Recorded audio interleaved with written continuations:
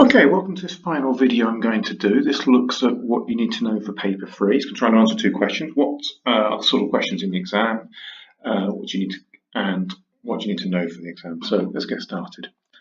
So first of all, exam will be 3 parts. Part A will be 18 marks and we'll look at transects. Part B will be 18 marks with the sphere of influence. Part C will be about 36 marks and will be a decision-making exercise based on UK. Now, we believe that will be linked to sphere of influence in some way, although quite vaguely. It may include similar questions to part A and B, so it may ask you to calculate averages and things like that, but it will have an extended decision-making question at the end. In terms of topics, they have to be based in the UK. It's highly likely that it's going to be looking at sort of urban or population type things. There's been none of that so far in any of the exams. So my advice, although it comes with the usual proviso of I haven't read the exam paper, so I could easily be wrong, is make sure you've looked at shopping and out-of-town shopping centres. You know the difference between greenfield, brownfield and the advantages of them, and you've looked at the impact of a honeypot site. That could be Bolton Water, for example, but it's also the Lake District, and a sporting event, and you looked at the Rugby World Cup. And my key advice here would be make sure if you're going to revise specific information, it's that theme 1, rural-urban interaction, the urban and the shopping. If you do that, you should be absolutely fine. You obviously, though, need to know your 2 bits of field work as well. So, what is a transect? Very simply, it's a line along which you collect data. They don't have to be straight, but they normally are. The exception to being straight might be in an urban area, you have to move around buildings. They normally cut across a feature. So when you were taking your transects through Bolton, you went from one side of town to the other, through the town centre. When you were doing the river, you went from one riverbank to the other. But sometimes they can go along a feature. So we also went from near the source to nearer the mouth. So let me just go back there. And the whole point is that you're measuring how something changes as you move away or across a feature. So you're measuring the height of plants as you move away from the coast, or you're measuring the size of sediment in a river as you move downstream, or you're measuring the depth of the river as you move from one bank to the other. So that's what you're always doing. Right, then the other concept that's going to be tested is spheres of influence, and this is just simply the area affected by location or event. So if we look at this little diagram on the right, there's a pub, and you can see that basically these are the complaints of the pub, and it makes a sort of circular area around it. Some spheres of influence will be circular. In fact, I suspect if you look at the nature of the roads, this would probably follow the roads a bit more in real life. Sometimes it's linear or whatever, and you might be asked to describe the shape as well as the size of something. One thing that's important is with positive or negative. This is the number of complaints, so it's negative, but it can equally be positive. So if you're looking at sphere of influence of a hospital, with the people being treated, that's presumably a good thing. If you're talking about something like Wembley, well, you've got all the noise and the hassle and the traffic, which is lots of negatives, but if you own a business there, it's probably very positive. The other thing, which this shows quite nicely, is that the impact decays with distance. So a shop slap bang next to Wembley is going to get loads of customers. Something 2 miles away, we get a couple more, but hardly any. So the idea that the sphere of influence is the area, but within that, the effect will vary.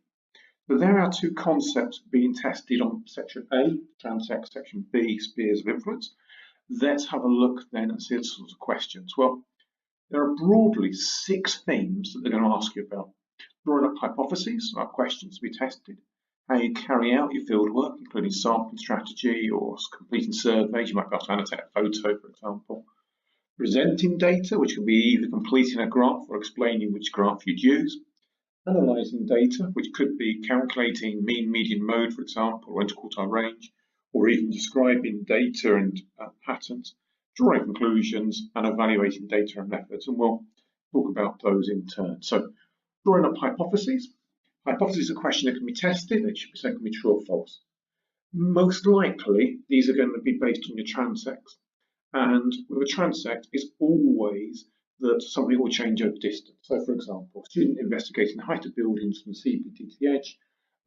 What could the hypothesis be? I'll give you a second just to think about that. You might want to pause the video. Okay, so typical hypothesis is that the buildings are going to change, and mine would be the height of the building decreases as you move away from the CBD. Or you could have the height of the buildings increases, move towards the CBD. It doesn't really matter. The key bit here is I've got change. The buildings, height of the buildings is decreasing over distance as you move away from the CBD. So it could be that you're looking at the flood risk decreases as you move away from a river. It could be that the size of houses increases as you move away from a CBD. It doesn't really matter. It's those two things that make it a transect hypothesis, if it makes sense. It's got what's changing over what direction. Okay, sampling strategy. Now, sampling strategy is how you collect the data. Key thing here is, well, there's two things you can always talk about: sample size. Sample size is how many pieces of data you collect. Bigger is always better. The more data you've got, the more reliable data you're going to have, more accurate representation of what you're trying to do. And then there are three words you need to know. Random sample, when you randomly select where data is collected, that might be throwing coins up onto a map. Stratified sample is basing it on the actual population of an area, the characteristics of an area. And systematic sampling is when you take data at set intervals. Of those three, systematic sampling is the most important because that's what you did in both pieces of your fieldwork. So you need to know that. When we were doing the rivers, we took samples every 25 centimetres, I think it was, maybe 20. When we were doing water, we took a bipolar every 100 metres. So make sure you know what you're doing there. Okay? So what I would suggest you do is draw up a graph like this, a table like this, sorry. Again, stop the video. See if you can get at least one advantage and one disadvantage to each one. I'll just stop talking for a second while you pause. Okay, so hopefully you've had time to try and draw that up and basically we can talk through it. So the idea of random is it completely removes the sort of geographer's opinion out of it. So it's completely removed at risk of bias. But the trouble is, it's truly random, and lots of your points may actually be very close together, and you may miss whole areas of a town or something. Stratified is good because it makes sure you've got a representative sample, but it's complex to calculate. You'll see some questions later on, perhaps, where you have to calculate them. And also, it requires you to know what the population is like. If you're investigating an area you've not been to, you've got no data, you can't do it. Systematic means that you get an equal coverage and it removes bias because you're not saying, oh, this looks like a nice place. I'm doing this here because it's 20 metres on. But there may be something really important that happens in between your two sampling points and you just don't go there. So there are disadvantages to that. So you may need to actually be able to talk about sampling strategies and advantages and disadvantages in the exam. So, for example, how you improve the sampling strategy of your fieldwork. Well, I would take the rivers one and I would say, well, we only went to 3 sites. We could have gone to 10 sites. That would increase the amount of data, making it more valid. I could have, when I was doing the cross sections, I could have actually done it every 10 centimetres instead of every 20 centimetres. I could have used random sampling to select the sites rather than teacher-led. Should you use random sampling to select 10 sites on a transect? How can you improve on this? Again, the rule of thumb is always increase sample size. So they could have taken 20, 30, 40 sites to have collected more data. And instead of random, they could probably use systematic because random sampling may mean they miss out areas or lots of points are close together. And finally, a student wants to carry out a stratified sample. They want to carry out 20 questionnaires. There are 100 people in the school, 40 girls, 60 boys. How many boys and girls should they ask? Just pause for a second, see if you can work that one out. You shouldn't need a calculator. And the answer is, well, 40% are girls, 60% are boys. So 40% of your 20, that would be 8, should be girls and 12 should be boys. Okay, so that's how stratified sampling works. Okay, moving on. You may also be asked to present data. You may be asked to complete graphs, easy peasy normally, those questions. Just make sure you use the same key or whatever they've used. Or you may be able to suggest what graph to use with what data. So just as before, I'll stop for a second. What you need to do is draw up this table, see if you can fill it in. I'll pause for a second and then I'll reveal. Okay, so I hope you have time to do that. So basically the key thing here is block graphs are used for numbers, pie charts are percentages. Block graphs are easy to construct but not suitable for percentages. Pie charts are easy to read, shows percentages but much harder to create and can't be used with numbers. Proportional pie charts allow you to show 2 bits of data, which is brilliant, but they're impossible to actually produce and hard to read. And you can put any type of graph onto a map, and it becomes a locational bar chart or bar chart. And that means you can actually locate the data and you can see the patterns spatially where they are, but can clutter the map and be very hard to read. So make sure you know those advantages and disadvantages. Okay, now looking at past exam papers, it's quite likely you're going to be expected to calculate either one of the mean, median, mode, or even interquartile range. So you need to make sure you can do that. Yet again, I've got a nice little thing to do here as a table. I'll stop talking for a second, see if you can draw that in before I reveal it. So I'll just stop. And let me reveal it for you now. Hopefully you have time to draw it up. So mean is the sum of all the values divided by the number of values. So if you've got 8, 9, 10, you'd add up 8, 9, 10, and you'd come up with hopefully 27, divide it by 3, and you end up with 9. Don't be it. What's good about it, includes all the data, but it's affected by outliers. So if you had 1, 50, 52, 53, 54, 55, 56, 100, the 1 and the 100 would massively affect your scores. So you can get rid of those by either doing the mode, which is simply the most frequent number, and that's useful if you've got male, female, because you can't do any other type of average. But you might have 7, 7, 50, 60, 80, 90, 100, and 7 would be your most frequent number. So it doesn't always accurately present the data. Median is the middle number, it ignores outliers, which can often be good, but it means it's not using all the data, and it can take a long time to calculate if you've got a large data size. Interquartile range is the gap between the middle and the upper quartile, and basically it's a way of measuring how spread out the data is. If you've got a large interquartile range, you've got a big spread of data, and a small one is obviously a smaller spread of data. Doesn't tell you the average, doesn't give you anything about a value, just the range, and it's hard to calculate, so it's a little bit more complicated. Okay, drawing conclusions simply means saying what the data shows. At worst, it'll be a 4-mark question in section A and B, and you just simply need to say what the conclusion is and justify it. And let's have a look at an exam question from, I think this is from the one I put on Show My Homework. And you simply got 2 graphs, and you're asked to come up with some conclusions. House prices are closest to the sea, the highest closest to the sea. Well, in most cases, that's true. So you'd simply say that yes, the highest house prices are found near the sea, but also so are some of the lowest. So you might say that yes, on average they are, but also those houses nearer to the sea may also be lower, and that may be explained by this one. House prices of homes are higher for homes above the sea level. I'm assuming the red crosses here represent the average, and we can see that's true. That houses above sea level do tend to be much higher than ones below sea level, or at sea level, and presumably that's related to flood risk. So here you've got some patterns suggesting that actually overall is true, but some are less. And again, that may be linked to flood risk. Over here seems a bit more clearer. The vast majority of homes here are higher, and again, I'd use the average. So the average here is 280,000 versus 160, 70, 80, 180. There's 100,000 in it.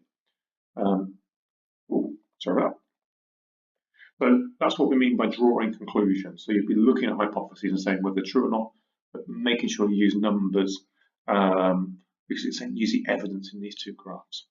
And like I say, I possibly can compare the 2 and compare that these houses are probably the ones at sea level. So that the highest house prices are those above sea level near the sea would be a sensible conclusion to draw. Okay, moving on. You will get a question about your own research. In fact, you'll get 2 questions, one on transects, one on spheres of influence. For transects, you can use Windrush or Boulton. For spheres of influence, you can only use Boulton. If you are being exceptionally lazy, you'd probably get away with just focus on that. Personally, I would do both. Good place to look is the knowledge organizer. This was on Showing My Homework. It's on the Padlet. You need to get this. I've printed out copies if you were enjoying my lessons in the last week or so. And this is quite useful. It gives you all the keywords you need to know. It talks about transects, spheres of influence, and it then gives you a very brief summary of the 2 bits of of fieldwork. Sort of questions you might get asked. Explain how you can make your use of transects more reliable. Again, that's all about increasing sample size, going to more sites, and at the sites reducing the gap in between the systematic sampling points. Explain how you use transects to investigate the hypothesis. Again, that's basically saying you went to 3 sites along the river. At each one, you did a cross-sectional transect. To reduce the risk of bias, you took samples every 10 centimetres and what you collected. Evaluate the usefulness of secondary data in using transects. Secondary data is stuff you get off the internet, basically, stuff you haven't collected. So that would be, for example, we used OS maps to pick the site. So we were able to identify sites that were near a road and that could have easy access. So that was quite useful. On the other hand, when we used when we used TripAdvisor data, it wasn't very useful because we couldn't obviously draw easy lines on it. So probably that's more likely to come up in spheres of influence. Evaluate the reliability of findings when investigating sphere of influence. So how confident are you that the tourism in Bolton is mainly concentrated in the town centre, and that it's good economically and perhaps bad socially? So you would need to talk about how you know that. And you might talk about how you use samples to reduce bias, so there's less bias in the results. You might talk about how photos and the bipolars were used to compare to come up with the same conclusion. And this final one, about using the internet when investigating spheres of influence, you'd really be talking here about the TripAdvisor. Now, what's quite useful about using TripAdvisor, it allowed us to create a map of the whole town, so it allowed us to cover more area than we could actually go to in transects. It allowed us to identify things we may not have been able to see while walking around, so where flats, for example, or things like that, we could use it to identify how popular places were. But the disadvantage was it's secondary data, it may be out of date. It may only included those places that are linked to TripAdvisor, so it may have missed some out. So that would be the type of things you need to do. So that would be section A and B. Now, I'm not going to spend long on section C. Oops, long at all today. Section C is a bit similar to exam 2, the decision-making one. And in particular, you have to make a final decision. Now, there will be more mathsy sort of skills questions similar to ones we just talked about on this. But the final question will look something like this. This is actually taken from the past exam paper I put on Show My Homework. But do you think expansion of Heathrow should go ahead? Study figure image 11 and the fact file. Uses evidence and evidence from other parts of the resource to support your answer. Now, it's 12 plus 4 marks, so it's a decent question. You need to get this right. There isn't the same structure, so it's not rank these in the same order necessarily. It could be, but it might be as simple as this. Now, the first thing you have to remember is read the damn question. Okay? If it does give more structure, you follow that structure. If it gives you a little structure as this one, then the default, the way to do it, I would do is the same as the 8-mark question. For this one, I would simply have 3 paragraphs, why it should be built, why it shouldn't, and what do you think should happen. Even though it doesn't say give both sides the argument, as a rule of thumb, I always would do. You look at the mark scheme, that ability to analyse and evaluate and give both sides the argument gives the mark.